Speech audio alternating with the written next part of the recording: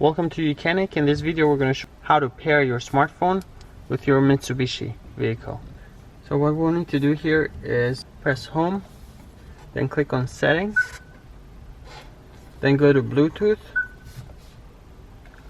Then here you can see all the paired phones, but you can also pair a new phone. So pair a device, click on that, turn on Bluetooth settings on the mobile phone or other device, and then select next. So we'll go ahead and go down to settings on our phone. Then we go to connect to devices. Of course you can just scroll down and turn Bluetooth there too. But let's go ahead and click next here.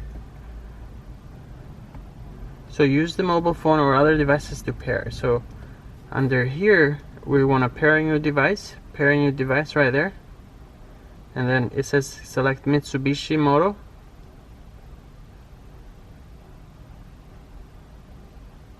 and then it's gonna show a pairing code 253714. In this case you gotta make sure it matches that, and it will. Select pair,